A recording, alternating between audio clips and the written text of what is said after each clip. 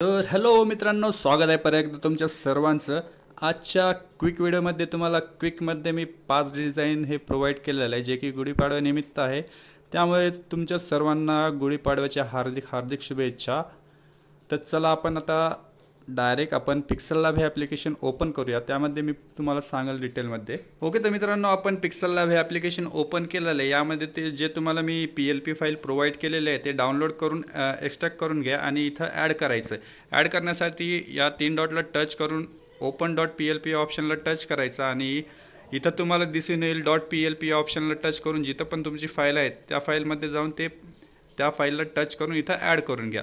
As it is माझी file इथं add असल्यामुळे इथून डायरेक्ट मी ओपन करतो आणि ओके करून बॅक येतो.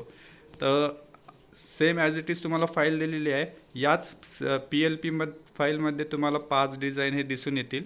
ठीक आहे, तर फक्त तुम्हाला यामध्ये चेंज काय करायचं, जे की माझी इमेज आहे ते चेंज करायची आणि जे माझं नाव आहे ते एडिट करायचं. नाव एडिट करण्यासाठी या फर्स्ट लेअरच्या सिम्बॉलला टच करायचं आणि जे माझी नेमिंगची लेअर आहे इथं 2 लेअर आहेत, जे की लेफ्ट अँड राईट साईडला आहे. जे तुम्हाला लेफ्ट साईडला पाहिजे असेल ते लेफ्ट साईडचं लेअरला टच करायचं, म्हणजे हे टॉपवाली या लेअरला टच करून तुम्हाला हे नाव आता एडिट करायचं. ठीक आहे, या नावाला एडिट करण्यासाठी तुम्ही या एच्या सिम्बॉलला टच करायचं आणि इथून एडिट करायचं. आपण जसं मराठीमध्ये टाईप करतो त्या पद्धतीने इथं तुम्ही तुमचं नाव टाईप करू शकता. यामध्ये युनिकोड वगैरे काही यूज केलेलं नाही आहे.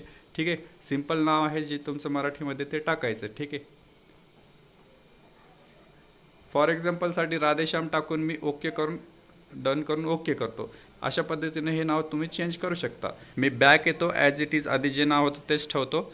अशा पद्धतीने नाव चेंज करून आणि फोटो चेंज करून हे बॅनर तुमचं रेडी होऊन जाईल. यामध्ये दुसरं काही चेंज करायची गरज नाही. आता हे बॅनर सेव्ह करण्यासाठी डायरेक्ट तुम्ही या जे सेव्हच्या सिम्बॉलला टच करून सेव्ह ॲज अ इमेज करायची आणि याची क्वालिटी जे कस्टम आहे तिथून अल्ट्रा करून सेव्ह टू गॅलरी करायचं. त्यामुळे तुमचं बॅनर हे सेव्ह होऊन जाईल.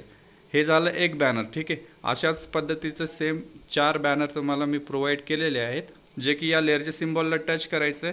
इथून जे हे वालं बॅनर आहे ते मी हाईड करतो आणि त्यानंतर नेक्स्टवालं हे एक नेक्स्ट डिझाईन दिलेली आहे. ठीक आहे, त्यानंतर परत दुसरी डिझाईन जे की ही वाली आहे. ठीक आहे, यामध्ये जर तुम्हाला फोटो चेंज करायचा आहे, या साईडला नको असेल तर या साईडला पाहिजे असेल, त्यासाठी तुम्हाला लेअरमध्ये जाऊन हे जे माझी इमेज आहे ते हाईड करायची आणि जे या साईडला आहे त्या पोझिशनला घेऊन हे माझं नेम पण आहे हे नेम अनहाईड करून, जे की तुम्हाला 2 नेमिंग प्लेट दिलेला आहे यामध्ये जे अनहाईड आहे ते ओपन करायचं आहे.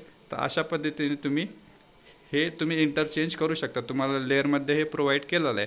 आणि हे बॅनर सेव्ह करण्यासाठी सेम प्रोसेस आहे. सेव्हच्या सिम्बॉलला टच करून सेव्ह ॲज इमेज करायचं आणि याची क्वालिटी अल्ट्रा ठेवून सेव्ह टू गॅलरी करायचं. ठीक आहे, तर नेक्स्ट बॅनर प्रोव्हाइड केलेला आहे अजून, जे की हे वालं. ठीक आहे, हे पण सेम ॲज इट इज तुम्हाला डायरेक्ट फोटो आणि नाव चेंज करून बॅनर हे डायरेक्ट सेव्ह करायचं. यामध्ये काही चेंज करायची गरज नाही आहे. लगेच 1 मिनिटात तुमचं हे बॅनर रेडी होऊन जाईल. ठीक आहे, अशा पद्धतीने तुम्हाला मी 5 डिझाईन प्रोव्हाइड करून दिलेलं आहे, जे की क्विकमध्ये तुम्ही हे एडिट करू शकता.